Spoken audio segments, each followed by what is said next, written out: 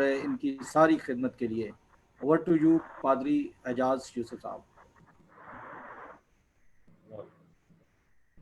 آپ مجھے یہ کنفرم کیجیے گا آپ لوگوں کو میری آواز بالکل ٹھیک آ رہی ہے؟ جی آپ کی آواز آ رہی ہے. رائٹ. میں انتہائی شکر گزار ہوں سب سے پہلے تو اپنے خداوند خدا کا جس نے مجھے اپنے پاک کلام کی خدمت کا موقع آج آپ سب کی دعوت پر جو آپ کی ٹیم ہے بالخصوص بینی بھائی کے لیے ارتمس بھائی کے لیے اور جتنے بھی لوگوں کی اس اشتہار کے اوپر تصویر تھی جو لوگ پرزائڈ کر رہے ہیں جو لوگ آرگنائز کر رہے ہیں اس سارے آن لائن عبادت کے سلسلے کو. I am grateful to you all. God bless you.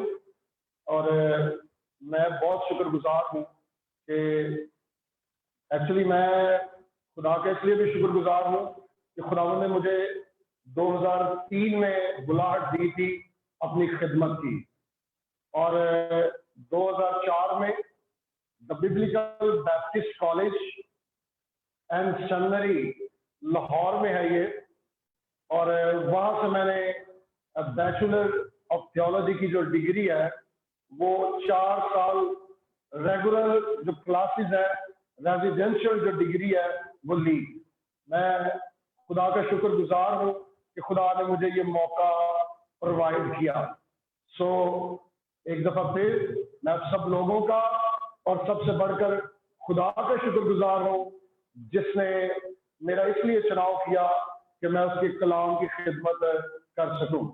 آئیے ہم اپنی توجہ اپنے پیسج کی طرف اپنے حوالے کی طرف مبذول کریں. آج سے 2 دن پہلے بھائی بینی نے میرے ساتھ کوآرڈینیٹ کیا کہ میں آپ لوگوں کے درمیان خدا کی خدمت کر سکوں. تو خداوند نے جو بات میرے دل میں ڈالی کہ میں خدا کے کلام کو آپ کے ساتھ بانٹوں وہ یہ تھی کہ آج اسینشل تھنگ یا خاص چیز جس کی کلیسیا کو ضرورت ہے وہ کون سی ہے. تب خداوند نے مجھے اس حوالے کو دیا تاکہ میں آپ لوگوں کے ساتھ اس کلام کو بانٹ سکوں. گزشتہ دنوں میں پڑھ رہا تھا ایک بچہ جو چرچ بلڈنگ میں گیا اور اس نے چرچ کے ساتھ وقت گزارا. جب شام کو وہ اپنے بیڈ پر بیٹھا تھا تب اس نے گھٹنے ٹیکے اور گھٹنے ٹیکنے کے بعد اس نے جو دعا کی تھی وہ یہ تھی کاش کہ خداوند آج میں چرچ میں گیا تھا آپ بھی وہاں پر موجود ہوتے. اور میرے عزیزوں ہمیشہ ایسا ہی ہوتا ہے کہ آج لوگ عبادت کے لیے جمع تو ہیں لوگ آج اپنے آپ کو خداوند کے لیے پیش تو کرتے ہیں لیکن ان کی عبادات میں ان کی سروسز میں ان کے چرچ بلڈنگ میں خدا کی حضوری اور اس کی پریزنس کا جو اظہار ہے وہ لوگوں کی زندگیوں سے دکھائی نہیں دیتا. اور میں انتہائی پریشان ہوا اس بات کو پڑھ کے کہ اس بچے نے یہ کیوں دعا کی کہ خداوند آج صبح میں چرچ گیا تھا کاش کہ تو وہاں پر موجود ہوتا. اور اسی بنیاد پر میں نے اس عظیم نبی جس کا نام یسایہ ہے اس کے اس حوالے کا چناؤ کیا کہ ہم اس کی اس التجاء سے یہ جان سکے کہ کس طرح سے وہ خدا کو دعوت دے رہا ہے کہ خدا ان لوگوں میں آئے بسے اور چلے پھرے، کیونکہ آج کلیسیاؤں میں موسیقی ببلیکل فلسفی کے مطابق نظر نہیں آتی. لوگ بچوں کو جب کلیسیاؤں میں عبادت کے لیے لاتے ہیں تو وہ باقاعدہ کنٹین سے انہیں چیزیں لے کر دیتے ہیں کہ بچے چرچ کے اندر جو ہے وہ کھانے پینے میں اور کھیلنے میں مصروف ہو.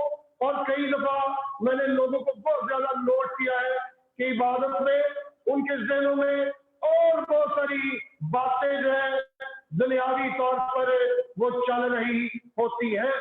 اور آج جس حوالے کا میں نے چناؤ کیا کہ ہم اس میں سے سیکھیں، تو یہ جو حوالہ ہے یہ ہمیں حیات نو کے لیے، انقلاب کے لیے، ریوائول کے لیے جو ہے وہ ہماری زندگیوں میں چیلنج کرے گا، اپیل کرے گا کہ ہم خداوند کو اپنی زندگی میں دیکھیں. اور اگر آپ میرے ساتھ دیکھیں اس 64ویں باب کی پہلی آیت کو، تو اس میں اس طرح سے مرقوم ہے، کاش کہ تو آسمان پھاڑے اور اتر آئے. میرے عزیزوں، یہاں پر یسایہ نبی نے ایک پیش گوئی میں بات کی ہے. 120 سال بعد یہ بنی اسرائیل قوم جو ہے وہ بابل کی غلامی میں جانے والی تھی. اور یہ غلامی میں صرف اس لیے جانے والی تھی کیونکہ انہوں نے خداوند کے سبت کو منانا اور اس پر عمل کرنا چھوڑ دیا تھا. اور دوسری خرابی جو بنی اسرائیل قوم میں پیدا ہوئی تھی وہ یہ تھی کہ یہ لوگ جو ہے یہ خداوند کو چھوڑ کر اور معبودوں کی بھی عبادت کر رہے تھے. انہوں نے خداوند پر بے ایمانی کا یا بھروسے کا جو اظہار ہے وہ نہیں کیا. یہ بال کی، آسترات کی اور دوسرے دیوتاؤں کی بھی عبادت کرنے کے لیے تیار ہو گئے تھے. اس لیے خدا نے نبوکت نظر بادشاہ کو ان پر چڑھانے والا تھا تاکہ وہ ان کو غلام بنا لے.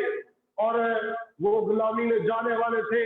خدا کا گھر، ہیکل جو ہے وہ مسمار ہونے والی تھی، اور وہ پاک برتن، وہ ظروف جن کو خداوند کی خدمت کے لیے ہیکل میں استعمال کیا جاتا تھا، ان میں نبوکت نظر جو ہے اس کے عمرا اور دیگر لوگ جو ہیں ان کو میں خاری کے لیے استعمال کر کے ان کی جو ہے وہ بلاسفیمی اور بے ادبی کرنے جا رہے تھے.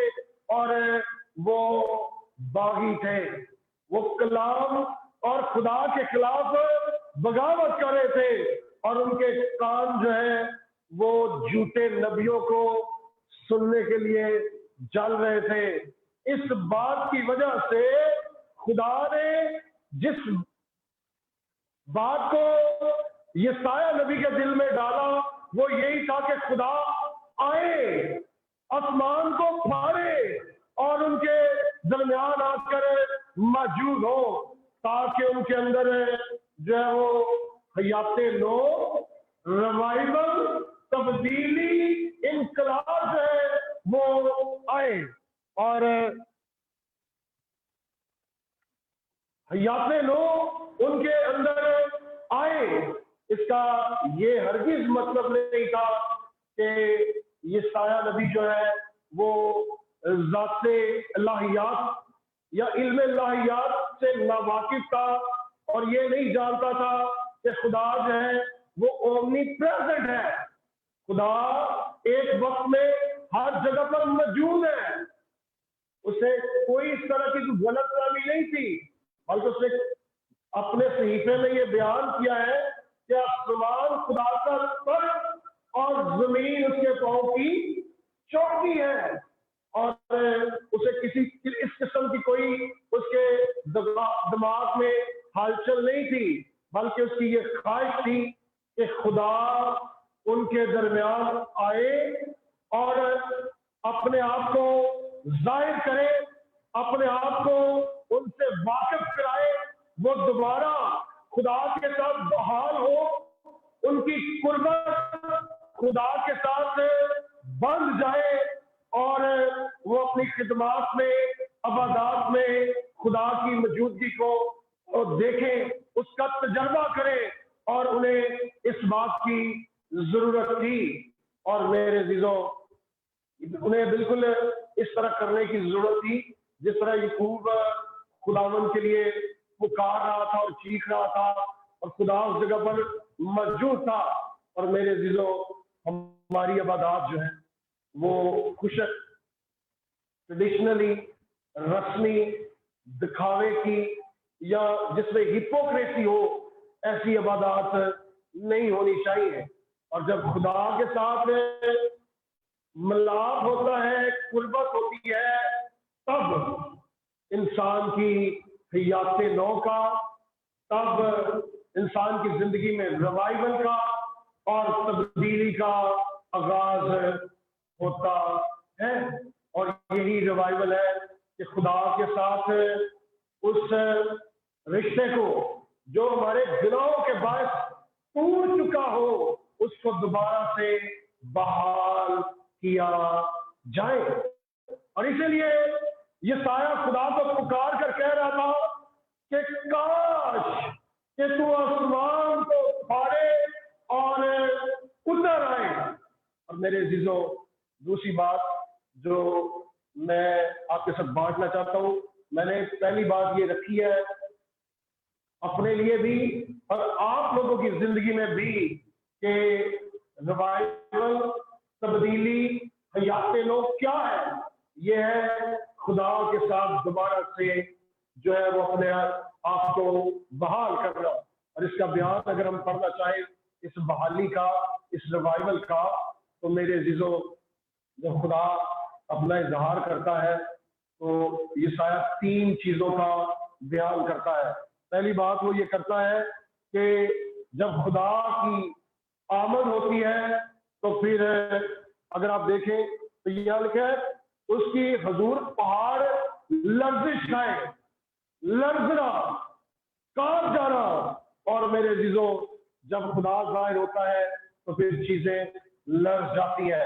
اگر آپ مکاشفہ کتاب اس کا 6واں باب پڑھیں تو اس میں آپ کو خاص طور پر 6ٹی مور کے وقت میں جب یسوع کی آمد قریب ہے، آپ کو جو سورج ہے وہ کملایا ہوا، چاند خون بنا ہوا، ستارے آسمان سے گرے ہوئے، اور پہاڑ اپنی جگہوں سے سرکے ہوئے ملتے ہیں۔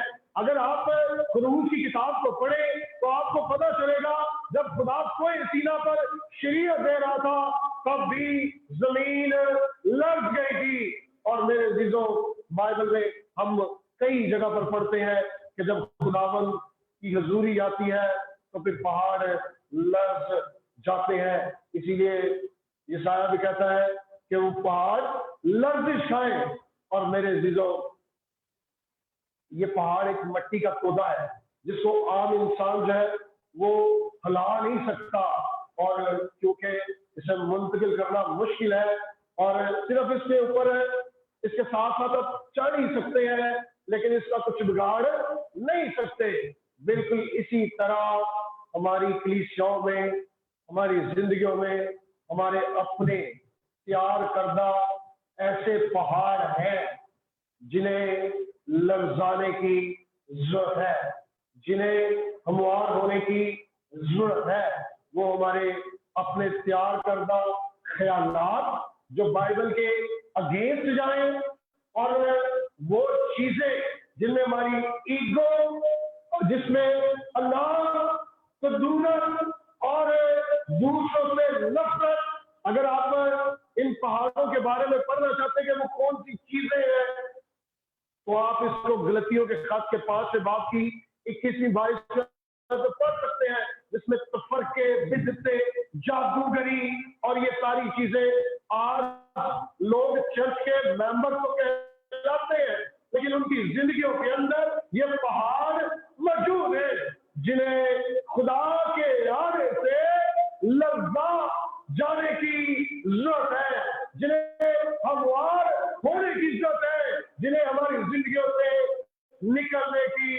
ضرورت ہے اور میرے عزیزوں ضرور ہے کہ ہم ان چیزوں کو جو ہے اپنی زندگیوں سے نکالیں اور تبدیل ہو. اور دوسری بات ہم یہاں پر پڑھتے ہیں دوسری آیت میں جو لکھی ہے, جس طرح آگ سوکھی ڈالیوں کو جلاتی ہے اور پانی آگ سے جوش مارتا ہے. میرے عزیزوں, آگ جو ہے آگ ڈالیوں کو جلاتی اور پانی کو ابال دیتی ہے. خدا نے بھی اپنے آپ کو عبرانیوں کے مصنف کے وسیلہ سے یہ کہلوایا کہ میں بسم کرنے والی آگ ہوں. اور میرے عزیزوں, بائبل میں آپ جب بھی پڑھتے ہیں آگ خدا کی عدالت کا بیان کرتی ہے. اور سدوم اور عمورہ کے واقعے میں ہم دیکھتے ہیں خدا نے آسمان سے آگ کے گولے جو ہے وہ برسائے اور جو ہے کئی طرح کے کمپلین کرنے والے لوگوں کو, بڑبڑانے والے لوگوں کو جلانے والے سانپوں نے کاٹ لیا. اور ہم بال کے نبیوں کو بھی دیکھتے ہیں جنہیں آگ نے جلا دیا.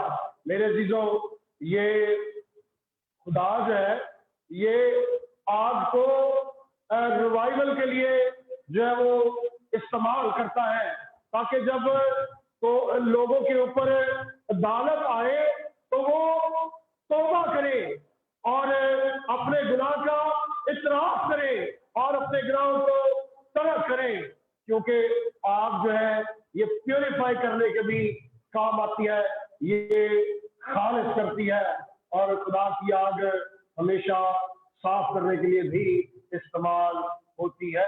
بہت سارے لاپرواہ مسیح کلیسیا کے ممبران معمولی باتوں سے بھی بہت سارے تضادات کے باعث نہ صرف خود کو پریشان کرتے ہیں بلکہ دوسرے لوگوں کے لیے بھی پریشانی کا باعث بنتے ہیں اور انہیں اس عدالت کو کبھی بھی بھولنا نہیں چاہیے. کیونکہ اگر ہم مکاشفہ کتاب میں پڑھیں تو لکھا ہے جن لوگوں کے نام کتاب حیات میں لکھے ہوئے نام ملے ان کو خدا کے فرشتوں کے وسیلہ سے آگ اور گندک کی جلتی ہوئی جھیل میں پھنسوا دے گا.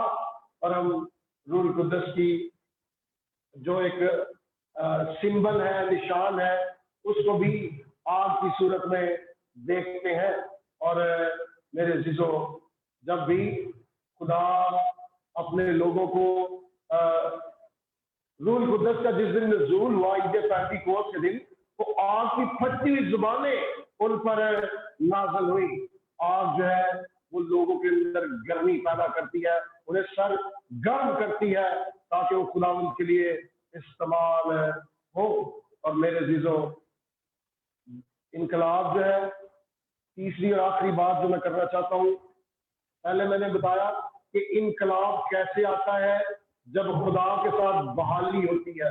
پھر میں نے انقلاب کا بیان آپ کے سامنے رکھا کہ خدا جو ہے وہ آگ ہے اور خدا جو ہے وہ پہاڑوں کو ہموار کرتا ہے. اور تیسری اور آخری بات کہ اس ریوائول کی شناخت یا آئیڈینٹیفیکیشن کیا ہے. اگر آپ 7ویں آیت میرے ساتھ پڑھیں 64 بات کی تو اس میں اس طرح سے مرقوم ہے 7ویں آیت میں, اور کوئی نہیں جو تیرا نام لے. میرے عزیزوں, لکھا ہے جو اپنے آپ کو مادہ کرے کہ تجھ سے لپٹا رہے, کیونکہ ہماری بد کرداری کے سبب سے تو ہم سے روح پوش ہوا اور ہم کو پگلا ڈالا. حیات نو کے لیے, انقلاب کے لیے میرے عزیزوں جو ہے وہ جلدی کرنے کے لیے ہم یہ کر سکتے ہیں. یسایہ نے جو وضاحت ہمیں دی کہ خدا کے لوگ اس وقت ایسی خوفناک حالت میں کیوں ہیں, اس کی وجہ یہ ہے کہ انہیں ثابت قدمی کی جو ہے وہ ضرورت ہے کہ وہ بڑی ثابت قدمی کے ساتھ دعا کریں. اور یہاں پر ہم نے ابھی پڑھا ہے 7ویں آیت میں کہ کوئی تیرا نام جو ہے کیا لکھا ہے, اور کوئی نہیں جو تیرا نام لے. یہ یسایہ کا بڑا مایوس کن بیان ہے. اور یعقوب بھی کہتا ہے کہ تمہیں اس لیے نہیں ملتا کہ تم خداوند سے بری نیت سے مانگتے ہو.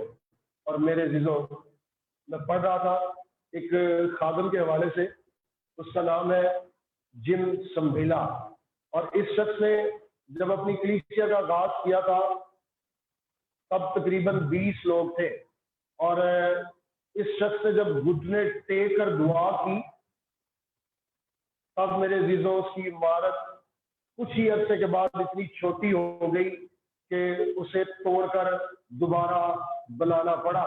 آج میں صبح جو ہے سیالکوٹ کنونشن میں تھا، اور وہاں پر میں یہ کہہ رہا تھا کہ یہ جو اسٹیج کے پیچھے کمرہ ہے اس میں ایک شخص جو ہے اس نے دعا کرنا شروع کی تھی. آپ نے بھی شاید اس شخص کے بارے میں پڑھا ہوگا جس کا نام ہے دعابو ہائیڈ. اور میرے ساتھ جو میرے بھائی تھے پادری سالم گل، انہوں نے مجھے یہ بتایا کہ ایک بندہ اب نہیں بلکہ ہزاروں اور مطلب لاکھوں لوگ ہر سالانہ کنونشن پر یہاں پر آتے ہیں. جب بھی کوئی شخص ثابت قدمی سے دعا کرتا ہے تب خداوند اس کا جواب دیتا ہے. اور میں آپ لوگوں کے لیے جو ورچوئل میں سروس کے سارے ممبرز ہیں، آرگنائزیشن کے لوگ ہیں، میں آپ کی کاوش کے لیے خدا کا شکریہ ادا کرتا ہوں کہ آپ کئی ایک دنوں سے جب سے کرونا وائرس کا دنیا میں آنا ہوا ہے، آپ آن لائن عبادات میں بڑی زیادہ محنت کر رہے ہیں، دعاؤں میں مصروف ہیں ڈیلی. اور میں آپ سے یہ کہنا چاہتا ہوں خدا آپ کی اس محنت کے باعث بہت سارے لوگوں کو خدا کے قریب لائے گا، اور بہت سارے لوگ خداوند میں مضبوط ہوں گے، توبہ کریں گے، اور ان کی خدا کے ساتھ نہ صرف بحالی ہوگی، اس سے انہیں بحالی کا پتہ بھی چلے گا، اور ان کی زندگی میں سے بحالی کی شناخت، آئیڈینٹیفیکیشن، ثابت قدمی کے ساتھ جو دعا ہے وہ آپ لوگوں کو نظر آئے گی. اور دوسری بات جو ہم نے ساتھ آپ سے پڑھی تھی وہ یہ کہ جو اپنے آپ کو مادہ کرے، یا پر ہے خود کو بیدار کرنا، ویک اپ ہونا. اور میرے عزیزوں، نبی فرماتا ہے کہ ہمیں خود کو مادہ کرنا ہے، یعنی بیدار ہونا ہے. اور کلیسیا کے لیے بہت سارے لوگ جو ہیں وہ کبھی کبھی انگریزوں کا جو ہے وہ انتظار کرتے رہتے ہیں کہ کوئی برونی ملک سے پاسٹر آئے اور وہ کلام سنائے تب بھی شاید میری زندگی بدلے گی. کئی دفعہ ہم بہت اچھے گانے والے لوگوں کا انتظار کرتے رہتے ہیں کہ شاید فلاں کوئی آئے گا، وہ گیت گائے گا، یا پھر کوئی بڑے جوش سے بولنے والا شخص جو ہے وہ آئے گا تو پھر مجھے وہ انسپائر کرے گا، قائل کرے گا، تب بھی میں آمادہ ہوں گا، تب بھی میں بیدار ہوں گا. لیکن میرے عزیزوں، آپ ایسے لوگوں کا انتظار چھوڑ کر خدا کا انتظار کرنا شروع کریں.